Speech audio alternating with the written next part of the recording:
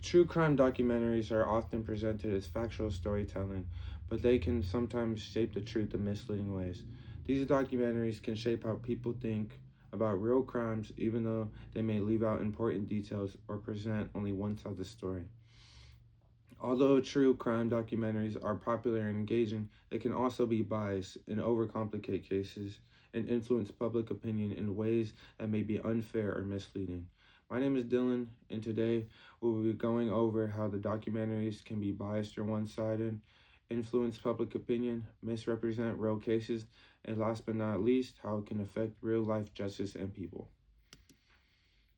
They often focus on one perspective, usually the filmmaker's narrative. True crime documentaries are not always fully fair or balanced. They often focus on one side of the story to make it more interesting, which can leave out important facts, and sometimes they make one person look guilty or innocent by only showing certain details. This can trick viewers into thinking they know the full story when they really don't. As a result, people may form opinions based on only part of what actually happened.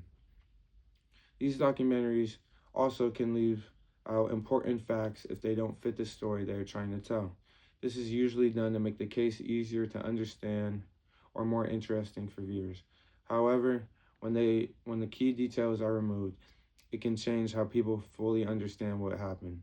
For example, evidence that could help explain a suspect's actions or create doubt might not be included at all because viewers are only seeing part of the information. They might not realize that the other important facts even exist.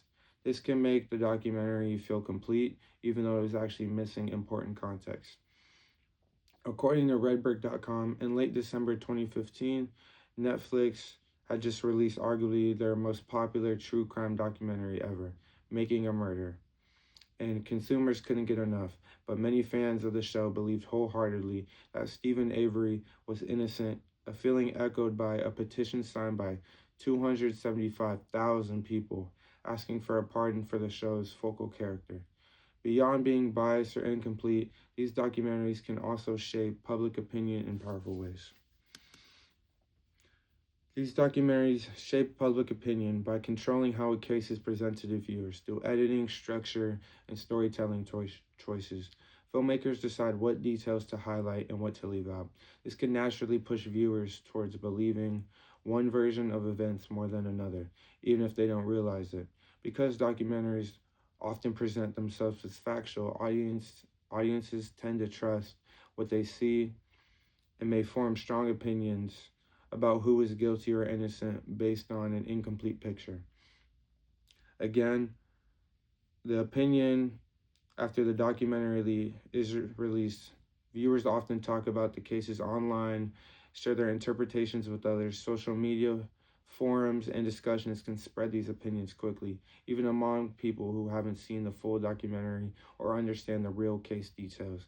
Over time, this can create a widely accepted narrative about a case that may not fully match the actual facts simply because so many people repeat the same interpretation.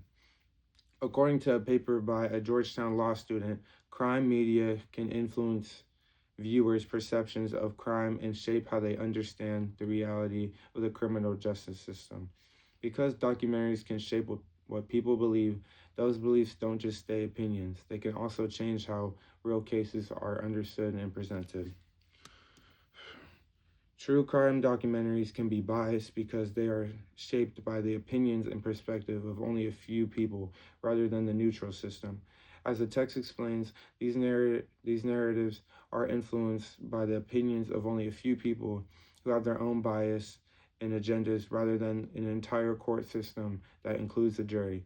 This means the story being shown may reflect the filmmaker's viewpoint instead of a balanced representation of the case. The text explains that by nature of narrative, stories are always patched and weaved into a representational narrative that excludes information so it can never be fully accurate. This shows that even when documentaries try to stay true to facts, they still simplify or remove details, which can lead to an incomplete understanding of the real events. According to a student at BYU, True crime documentaries and narratives are always shaped and incomplete because storytelling requires leaving out information. As the text explains, by the nature of the narrative, whether fiction or nonfiction, stories are always patched and weaved into a representational narrative that excludes information so it can never be fully accurate. Beyond misrepresenting the details of real cases, these documentaries can also have a direct impact on real people and justice plays out in the real world.